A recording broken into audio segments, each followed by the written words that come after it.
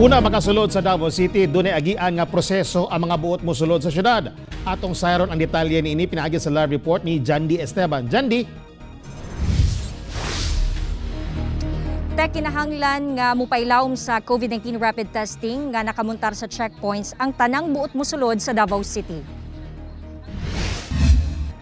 Gikan Braulio Duhali, Davao del Norte si Emma Alundoon ug buot mosulod sa Davao City aron sunduon ang anak aron makauli. Gitugutan sa LGU ang pagsundo sa mga banay nga na-stranded sa Davao sugod 8 a.m. to 4 p.m. kung nakakumply na kini sa mga rekisitos. Pero kinahanglan pa nila mo pailawom sa on-site COVID-19 testing sa checkpoint sa syudad. Diin kuhaan sila og dugo.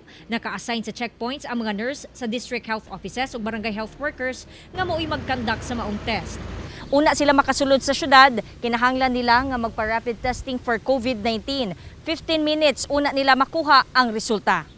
Kung magpositibo, dili sila tugutang makasulod. Ang mga mugawa sa Davao City gina-interview usab, diin kuhaon ang detalye sa ilahang biyahe ug personal information alang sa contact tracing. Sumala ni Dr. Josephine Villafuerte, ang head sa City Health Office, nga paigo ang rapid test kits alang sa mga pasaherong musulod sa syudad. Kada adlaw 80 ka tawo ang ilang matest sa checkpoint. Hinuon igo ra makita sa rapid test ang antibody sa lawas sa tao o di bakaha ang past ug present infection niini. Kinahanglan gihapon moagi ang pasyente og confirmatory test pinaagi sa real-time polymerase chain reaction test aron mahibaw-an kung positibo kini o dili sa COVID-19. Samtang kaganihang buntag ipailawom usab sa COVID-19 rapid testing ang first batch sa vendors ug trabahante sa Agdao Public Market.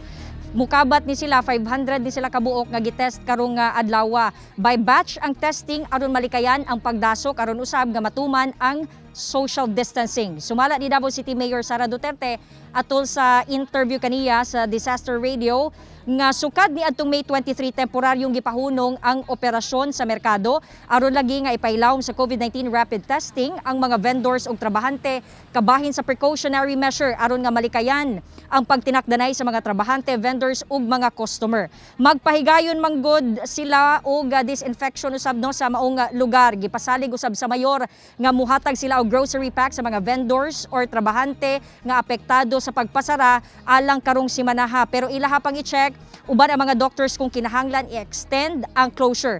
Una niini tek ang DOH nagpahibalo nga gataas ang ihap sa natakbuyan sa COVID-19 sa Barangay Leon Garcia Sr. kung asa duol ra ang Agdao Public Market. Tek. Okay, daghang salamat Jandy Esteban.